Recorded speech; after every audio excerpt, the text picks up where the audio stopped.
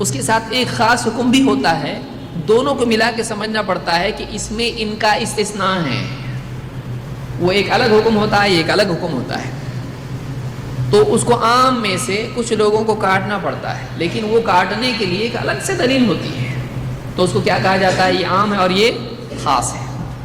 بعض اوقات خطاب خاص ہوتا ہے، جیسے اللہ تعالیٰ نے کہا کہ 4 سے زیادہ نکاح نبی صلی اللہ علیہ وسلم کے لیے کیا ہے؟ خالصۃ لک من دون المؤمنین، اے نبی یہ آپ کے لیے خاص ہے، مومنین کے لیے نہیں ہے۔ تو اس میں استثناء نہیں آ رہا ہے، اس میں کیسا آ رہا ہے؟ یہ آپ کے لیے خاص ہے، اس میں خطاب ہی کسی خاص سے ہوتا ہے اور بتایا جاتا ہے کہ یہ خاص ہے۔ لیکن استثناء میں کیسا ہوتا ہے کہ عام بات بتا کر پھر کچھ لوگوں کو اس میں سے کاٹا جاتا ہے، اور عام طور سے استثناء متصل ہوتا ہے۔ ہاں؟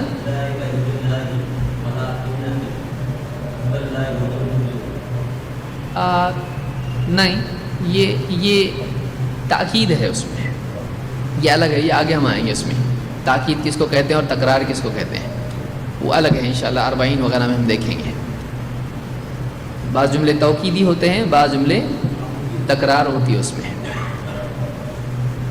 تو بہرحال جیسے مثال، اب یہ ایک الگ چیز ہے، اس کو ابھی نہیں دیکھیں گے، آگے ہم دیکھیں گے اس کو۔ جیسے انما الاعمال بالنیات وانما لكل امرئ ما نوى فمن كانت هجرته الى الله ورسوله فهجرته الى الله ورسوله فمن كانت هجرته الى الله ورسوله فهجرته الى الله ورسوله، جس کی ہجرت اللہ اور اس کے رسول کی طرف تھی تو اس کی ہجرت اللہ اور اس کے رسول کی طرف ہے۔ ایک ہی بات ڈبل، بھائی جس کی ہجرت اللہ اور اس کے رسول کی طرف ہے تو اس کی ہجرت اللہ اور اس کے رسول کی طرف ہے، یہ کیا جملہ ہوا؟ جو اللہ کی عبادت کر رہا ہے تو اللہ کی عبادت کر رہا ہے، ایسا جملہ ہوتا ہے؟ تو یہ ڈبل آ رہا ہے نا، تو یہ تکرار ہوا۔ کیا یہ تکرار ہے یا کیا ہے؟ یہ تکرار ہے یا توکید ہے، یا اس میں دوسرے معنی پائے جا رہے ہیں؟ علماء نے کہا یہ تکرار نہیں ہے، اس میں حکمت یہ ہے کہ جس کی ہجرت نیت کے اعتبار سے اللہ اور اس کے رسول کی طرف تھی تو اس کی ہجرت اجر کے اعتبار سے اللہ اور اس کے رسول کی طرف ہی مانی جائے گی، یعنی یہ عمل کے اعتبار سے، وہ قبول کے اعتبار سے، یہ اس کی نیت کے اعتبار سے ہے، وہ لکھے جانے کے اعتبار سے ہے، یعنی اس کو ایسا ہی لکھا جائے گا۔ تو یہاں پر کسی کی ہجرت کا اللہ اور اس کے رسول کی طرف ہونا یہ خود جزا بتایا جا رہا ہے۔ یہ آگے ہم دیکھیں گے، ابھی اتنے جلدی نہیں سمجھے گا۔ تو بہرحال تو ہم نے دیکھا استثناء، مثال کے طور پر استثناء کبھی متصل ہوتا ہے، کبھی منفصل ہوتا ہے، یعنی جڑا ہوا ہوتا ہے، کبھی الگ بھی ہوتا ہے۔ یہاں ہم عام طور سے دیکھیں گے استثناء کیسا ہوتا ہے۔ جیسے اس کی سب سے اچھی مثال کیا ہے استثناء کی؟ والعصر ان الانسان لفی خسر، قسم زمانے کی، انسان گھاٹے میں ہے۔ ہندوستان کے، امریکہ کے کون سے نبی بھی؟ آپ تو بولے نا سارے۔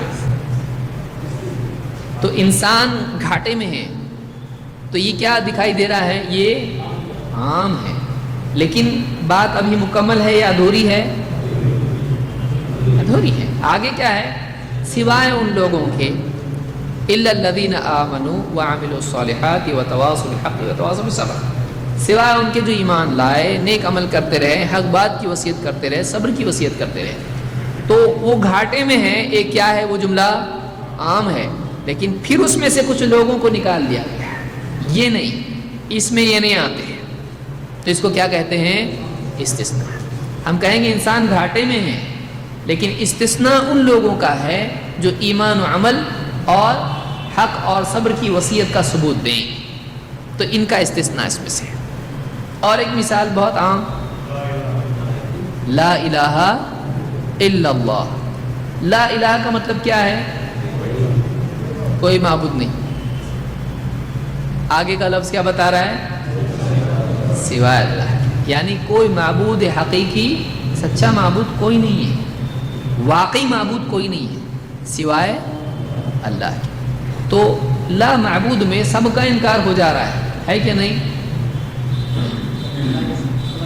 اللہ کے سوا، کیونکہ ابھی بات مکمل ہوئی نہیں ہے. ہم ہر مرتبہ جب بولتے ہیں لا الہ الا اللہ تو سب کا انکار کر کے پھر اللہ کا اقرار کرتے، یا جب ہم لا الہ الا اللہ پڑھ رہے ہوتے ہیں تب بھی اللہ کو مان رہے ہوتے ہیں؟ ایسا ہوتا؟ نہیں پھر ہاں، نہیں پھر ہاں، یعنی کفر پھر ایمان. ایسا ہوتا؟ کوئی معبود نہیں، یعنی سب کا انکار اللہ کا بھی کر دیے، پھر بولے نہیں جانتے اللہ کو مانتے ہو. کرتے ایسا؟ ایسا نہیں کرتے ہیں. تو یہ جملہ مکمل ہوتا ہی نہیں ہے. استثناء والا جو جملہ ہوتا ہے وہ اپنے یعنی استثناء کے حصے کے ساتھ میں ہی مکمل ہوتا ہے. اسی لیے جو لا الہ پڑھتا ہو یہ کفر ہے، علماء نے کہا ہے، کیونکہ استثناء کے بغیر بول رہا ہے. سمجھ میں آیا؟ تو استثناء کہتے ہیں کہ ایک بات عام بیان کی جائے پھر اس میں سے کچھ نکال کے الگ کیا جائے. اس کو کبھی ایسا بھی استثناء ہوتا ہے جو منفصل ہوتا ہے. جیسے اب اس کا قاعدہ یہ ہوتا ہے کہ استثناء جب کیا جا رہا ہے تو اسی کیٹیگری کا اس کو مان کے الگ کیا جائے گا. جیسے معبود ہے، کوئی معبود نہیں لیکن اللہ معبود ہے، ایسے ہی ہوگا نا. تو معبود کے سلسلے میں ہوتا ہے. کبھی ایسا نہیں بھی ہوتا ہے. جیسے اللہ تعالیٰ نے کیا فرمایا؟ فَسَجَدُوا إِلَّا إِبْلِيسَ وَإِذْ قُلْنَا لِلْمَلَائِكَةِ اسْجُدُوا لِآدَمَ فَسَجَدُوا إِلَّا إِبْلِيسَ. جب ہم نے فرشتوں سے کہا کہ آدم کو سجدہ کرو تو سب نے سجدہ کیا سوائے، تو حکم کس کو تھا؟ سب نے سجدہ کیے. پھر استثناء ہو رہا اس میں سے سوائے کس نے سجدہ نہیں کیا؟ تو سارے فرشتوں نے سجدہ کیا سوائے ابلیس فرشتے کے. صحیح ہے؟ تو کیٹیگری میں اس فرشتوں کی جائے گا وہ نہیں. تو یہ منفصل ہے. اس کو اس کیٹیگری میں الگ سے ایک اور مستقل بیان ہے. سارے فرشتوں نے سجدہ کیا لیکن ابلیس جو کہ جن تھا، اسی لیے سورہ بقرہ میں جو اللہ نے اس طرح سے بیان کیا ہے، سورہ کہف میں، قاف نہیں کہف میں اللہ تعالیٰ نے بیان کیا فَسَجَدُوا إِلَّا إِبْلِيسَ، اور آگے کیا کہا؟ كَانَ مِنَ الْجِنِّ، تاکہ وہ شبہ باقی نہ رہے کہ کہیں یہ فرشتوں میں سے تو نہیں. تو استثناء ایسا بھی ہوتا ہے کہ دوسری کیٹیگری والا بھی اللہ کے ساتھ آ جاتا ہے کبھی. تو وہ آگے ہم لوگ انشاءاللہ تفصیل سے اس کو دیکھیں گے جب ہم اور اس بارے میں یعنی معلومات حاصل کریں گے. تو خلاصہ کلام یہ کہ استثناء خاصی کی ایک فرع ہے، اسی کا ڈپارٹمنٹ ہے. کیونکہ استثناء میں بھی کیا ہوتا ہے؟ کچھ لوگوں کو الگ کیا جاتا ہے، سب میں سے کچھ لوگوں کو الگ کر دیے. اور خاص میں بھی کیا ہوتا ہے؟ عام کی بجائے کچھ لوگوں کے لیے ہوتا ہے. لیکن ایک ہلکا سا فرق اس میں یہ ہے کہ خاص میں مستقل ان کے لیے کوئی بات آئی ہوتی ہے، ایسا ہوتا ہے. لیکن استثناء میں کیا ہوتا ہے؟ عام میں سے کچھ لوگوں کو کاٹ کے الگ کیا جاتا ہے. اتنا فرق ہوتا ہے. سمجھا؟ عام خاص استثناء سمجھا؟ آگے بڑھیں گے. ٹھیک ہے، یا میں سمجھتا ہوں کافی ہے نا، مشورہ کرنا ہے. 9:30 اس میں کچھ پوچھنا ہے؟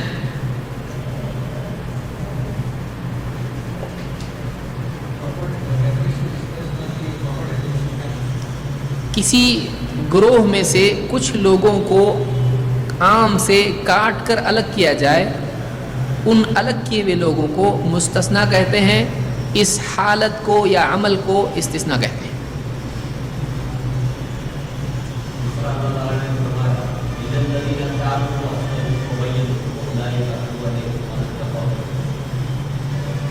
تو یہ استثناء ہے کس میں سے؟ پچھلی آیت میں اللہ نے جو بتایا ان پر لعنت ہے. ان الذين يكتمون ما انزلنا من البينات والهدى من بعد ما بيناه للناس في الكتاب اولئك يلعنهم الله ويلعنهم اللاعنون. جو ہم نے کتاب میں جو واضح کر دیا ہے ان دلیلوں کو چھپاتے ہیں، واضح کیے جانے کے باوجود ہدایت کو چھپاتے ہیں، ان پر اللہ کی لعنت اور تمام لعنت کرنے والوں کی لعنت. تو یہ لعنت کے حقدار سب ہوئے چھپانے والے، سوائے ان کے جو الا الذین تابوا واصلحوا وبینوا، سوائے ان لوگوں کے جو توبہ کریں، اپنی اصلاح کریں اور جو چھپایا تھا اس کو بیان کریں۔ تو یہ کیا ہوا؟ لعنت میں سے یہ لوگ بچ جائیں گے کہ نہیں بچیں گے؟ بچ جائیں گے۔ تو عام چھپانے والوں کے لیے عام بات لعنت ہے، ملعون ہونا ہے، لیکن جو بیان کر دیں، اصلاح کر دیں اور توبہ کریں تو ان کے لیے یہ لعنت کا حکم یا فیصلہ نہیں ہے، تو یہ اس سے مستثنا ہے۔ سمجھ میں آیا؟ جیسے ہم کہیں گے کہ ہر شرک کرنے والا جہنم میں جائے گا، صحیح ہے؟ ہر شرک کرنے والا اللہ کے نزدیک کافر ہے، مشرک ہے، صحیح ہے؟ ہر شرک کرنے والا قیامت کے دن اللہ کے نزدیک مشرک قرار پاتے ہوئے ہمیشہ کی جہنم میں جائے گا۔ ابھی یہ بولو، صحیح ہے نا؟ سوائے تو پھر صحابہ نے جو ماضی میں شرک کیا تھا، آپ کا کیا فیصلہ ہے ان کے بارے میں؟ سوائے ان لوگوں کے جو شرک کو ترک کریں اور اسی توحید پر ان کا خاتمہ ہو، صحیح ہے؟ تو بعض اوقات جملہ مکمل کرنے کے لیے استثناء کی ضرورت ہوتی ہے۔ الدنیا ملعونہ ملعون ما فیہا الا ذکر اللہ وما والہ او عالما ومتعلما، دنیا ملعون ہے، اس میں جو بھی حصہ ملعون ہے سوائے عالم کے، طالب علم کے اور اللہ کے ذکر کے اور ذکر سے جوڑنے والی چیز کے۔ تو یہ کیا ہوا؟ آپ کو استثناء کی بہت ساری مثالیں ملیں گی۔ الا جہاں آتا ہے الا و اخواتها، جو کہا جاتا ہے کہ الا اور اس کی ساری بہنیں، تو الا کا جو لفظ ہوتا ہے اس کے ساتھ جڑی ہوئی پوری فیملی، اس سے استثناء معلوم ہوتا ہے، ٹھیک ہے؟ کیونکہ ابھی مطلق مقید پھر بہت لمبا ہے، وہ سمجھانا پڑے گا اس کو، اس کے ساتھ وہ مکس اپ ہو جائے گا، تو اتنا ٹھیک ہے۔ اس کے بعد اس کے ساتھ اور جوڑ دیں گے گڑبڑ ہو جائے گی، اس کو تھوڑا سا پنپنے کے لیے تھوڑا ٹائم چاہیے۔ جی آپ کیا ڈیفینیشنز ہیں، اسی کو آپ یاد کر لو تاکہ پھر ایک ہی لفظ آپ کو یاد رہے۔ عام وہ لفظ جو بغیر کسی تخصیص کے اس کے پورے گروہ پر بولا جائے، پورے گروپ کے بارے میں بولا جائے، اس میں سے کچھ کو کاٹ کے الگ نہ کیا جائے، وہ عام ہے۔ اور خاص کیا ہے؟ خاص وہ لفظ یا وہ بات جو کسی خاص شخص، چیز یا عدد پر دلالت کرے، کسی خاص کے بارے میں بات ہو، سب کے بارے میں نہ ہو، اس کیٹیگری کے ہے، ٹھیک ہے؟ جیسے کوئی کہے کلاس روم میں، سادہ مثال اس کی دیتا ہوں میں آپ کو، سارے بچے کھڑے ہو جاؤ، آپ لوگوں کو نہیں بول رہا ہوں، کلاس میں اگر کوئی ٹیچر کہے تو یہ کیا ہے؟ سب کے لیے ہے کہ نہیں ہے؟ زید تم بیٹھے رہو، یہ کیا ہے؟ خاص۔ تو کسی ایک کے لیے کوئی بات بولی جائے تو وہ کیا ہوتا ہے؟ اب آپ بولیں گے سارے بچے کو آپ بولے نا کھڑے ہو، تو یہ بھی تو بچہ ہے تو کھڑا ہونا چاہیے نا، یہ صحیح ہے؟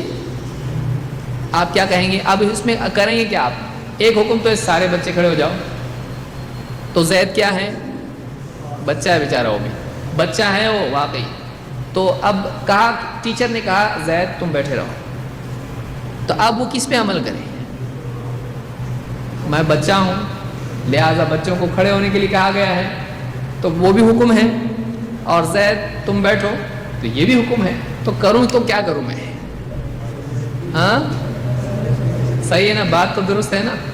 سارے بچے کھڑے ہو جاؤ، ٹیچر نے کہا، پھر ٹیچر ہی نے کہا زید تم بیٹھے رہو، تو اب دونوں حکم میں زید آ رہا کہ نہیں آ رہا؟ پہلا عام ہے اور دوسرا خاص ہے، تو وہ کھڑے بھی ہو جائے اور بیٹھ بھی جائے، اور ایک وقت میں دونوں حکم پہ عمل کر سکتا؟ ایسا کر کے خود کو کر سکتا ہے؟ تو اصول کیا سمجھ میں آیا آپ کی؟ ہاں، تو خاص جب حکم ہوتا ہے تو ترجیح کس کو دیں گے؟ کہ خاص بات عام پر فوقیت رکھتی ہے، سمجھ میں آیا؟ یہ اصول ہوتا ہے کہ عام کے مقابلے میں خاص جب آ جاتا ہے تو عمل اس پر ہوگا یا عام پر ہوگا؟ خاص پر ہوگا. یہ اصول ہے. آگے پیچھے اس میں اختلاف ہے علماء میں کہ پہلے خاص کا حکم ہو پھر عام کا ہو تو کیا عام کو ناسخ مانا جائے گا یا خاص ہمیشہ بعد میں آنا چاہیے؟ یہ قاعدہ ہے. تحقیق علماء کی ہے کہ یہ قاعدہ نہیں ہے. جیسے ٹیچر کہے زید بیٹھو، سب بچے کھڑے ہو جاؤ، تو اب زید کیا بولے؟ مطلب بیٹھو بولے اور اس کے بعد سب کو کھڑے، تو میں کیا کروں؟ اب بعد والا حکم پہ عمل کرے یا پہلے والے پہ؟ کیا کرنا چاہیے اس نے؟ آپ کیا کریں گے اگر میں ابھی بولوں آپ کو ایسا؟ ہاں، تو خاص ہے اور عام ہے. عام کے مقابلے میں ترجیح کس کو دیں گے؟ اصول ہے یہ. سمجھا؟ یہ بہت جلدی سمجھ میں آتا، بچوں کی مثال سمجھ میں آیا. یہ خاص اور عام میں تعلق ہوتا ہے. تو اکثر اوقات ناسخ منسوخ کے سلسلے میں یہ اس کی اہمیت ہوتی ہے یا مختلف احکام کے سلسلے میں اس کی اہمیت ہوتی ہے. سوال ایک یہاں پر یہ ہے، چلتے چلتے آخر میں بولتا ہوں، کیوں اللہ نے ایسا کیا ہے؟ یہاں عام بیان کر رہا ہے پھر یہاں خاص بیان کر رہا ہے. ایک ساتھ دونوں میں بول دیتا کہ یہ ایسا یا ایسا، تو اچھا ہوتا کہ نہیں ہوتا؟ کوئی آدمی ایسا کہہ سکتا ہے. تو کیوں اللہ تعالیٰ نے عام بھی بیان کیا اور خاص بھی بیان کیا؟ کیوں کیا اللہ نے ایسا؟ اور بعض اوقات الگ الگ جگہ پر بیان کیا، کیوں؟ سب سے آسان جواب کیا ہے؟ اللہ کی مرضی. سب سے آسان جواب، اللہ جو چاہے کرے بھائی. دوسرا جواب غور و فکر کرنے کے بعد علماء نے مختلف جوابات دیے ہیں. ایک جواب یہ دیا کہ ایک تو یہ کہ ایک آدمی دونوں جگہ کا حکم دیکھتا ہے تو اس کو اللہ کی رحمت معلوم ہوتی ہے، اللہ کا شکر پیدا ہوتا ہے کہ اس کو ایک عام حکم ہے، وہ سب نہیں کر سکتے تھے، اللہ نے کچھ لوگوں کو اس سے خاص کر دیا ہے. جیسے طلاق کے سلسلے میں اگر ساری عورتوں کے لیے عدت رکھی جائے اور وہ عورت اس کو کسی نے چھوا نہیں، شوہر نے چھوا نہیں اس کو بھی خواہ رکنے کے لیے کہا جائے، اس پہ کیا ہو جائے گی؟ ایک بندھن ہے، اس کے لیے مشقت ہے جس میں کوئی بظاہر سبب نہیں دکھائی دیتا ہے. تو اس کے لیے شروع میں ایک حکم آیا، پھر ان لوگوں کو الگ کر دیا جائے اس میں سے جو اس سے مستثنا ہے. تو ان کو معلوم ہوتا ہے کہ ہم کو اگر اس میں ڈال دیا جاتا ہمارے لیے مشقت ہوتی، اللہ کا احسان ہے، اللہ نے ہم کو اس میں سے چھٹی دے دی. تو خاص لوگوں کے بارے میں جب الگ حکم آتا ہے تو ان کو شکر پیدا ہوتا ہے یا اس میں مصلحت معلوم ہوتی ہے. ایک دو، وہ بھی پڑھیں گے تو قرأت کا اجر ملے گا، یہ بھی پڑھیں گے تو قرأت کا اجر ملے گا. اگر ایک ہی میں دونوں باتیں بیان کر دی جاتی تو اس کا زیادہ اجر ملتا نہیں. لیکن اگر وہ بھی پڑھ رہے ہیں تو اس کے حروف پہ بھی قرآن کی تلاوت کا اجر مل رہا ہے، 10 نیکی ہر حرف پر، اور یہ بھی پڑھ رہے ہیں تو 10 نیکی ہر حرف پر، تو اس کو اس کا بھی اجر ملتا ہے. اور بھی علماء نے جوابات اس کے دیے ہیں کہ اس میں کیا مصلحت ہے. اتنا ہمارے لیے کافی ہے کہ اس میں اللہ کی طرف سے رحمت معلوم ہوتی ہے اور کسی کے ساتھ ساتھ پڑھنے کا یعنی اس کا ثواب بھی اس کو ملتا ہے. اگلے درس میں اس میں خاص کے بارے میں ایک یہ بھی مثال ہم کو ملتی ہے، جسے اللہ نے کہا وَلِلَّهِ عَلَى النَّاسِ حِجُّ الْبَيْتِ مَنِ اسْتَطَاعَ إِلَيْهِ سَبِيلًا.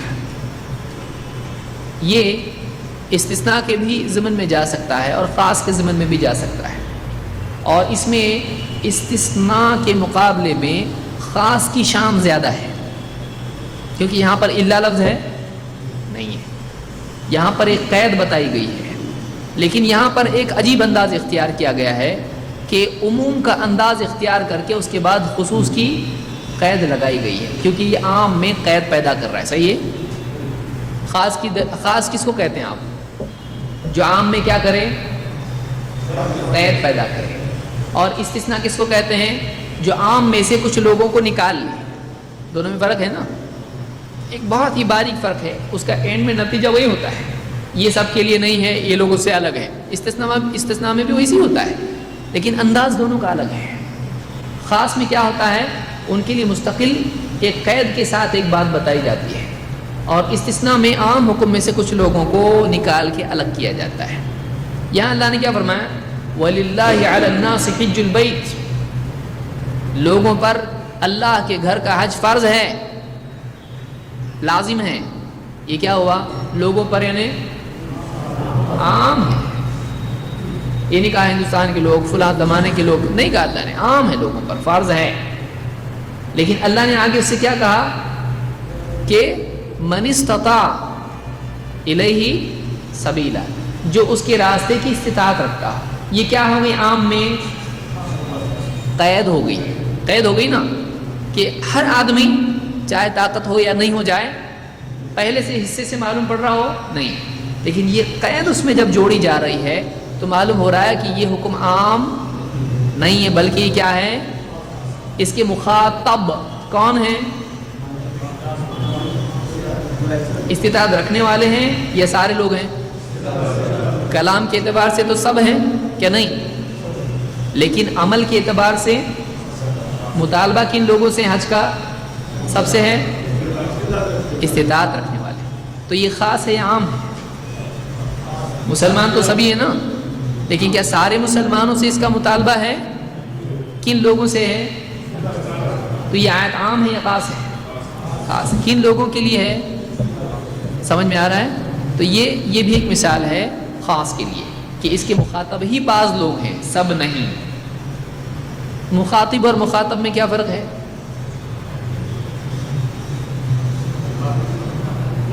کہاں سے لاتے اٹھا کے معلوم نہیں ہے. مخاطب اور مخاطب،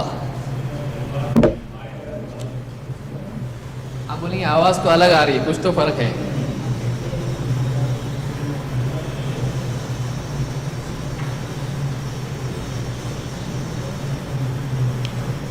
آپ کوئی بولیں گے اس کی ڈنڈی نیچے، اس کی ڈنڈی اوپر ہے. مخاطب اور مخاطب میں کیا فرق ہے؟ مخاطب جو سامنے ہے اور مخاطب وہ جو پیچھے ہے. تو میرے پیچھے کوئی مخاطب ہے نہیں ہے، آپ لوگ سب مخاطب، تو پھر میں کون ہوں؟ خطاب کے تعلق سے کتنے لوگ ہوتے ہیں؟ خطاب کیا مطلب ہے؟ ایڈریس کرنا، کسی سے بات کرنا. ٹھیک ہے، اس کو کیا بولیں گے؟ اسی پر سے کیا لفظ ہے جمعہ کا؟ اچھا ابھی سمجھ میں آ رہا ہے. خطبہ خطاب ہے، وہ بات ہے. ہاں، خطاب کرنے والا مخاطب، اور مخاطب خطاب نہیں کرنے والا.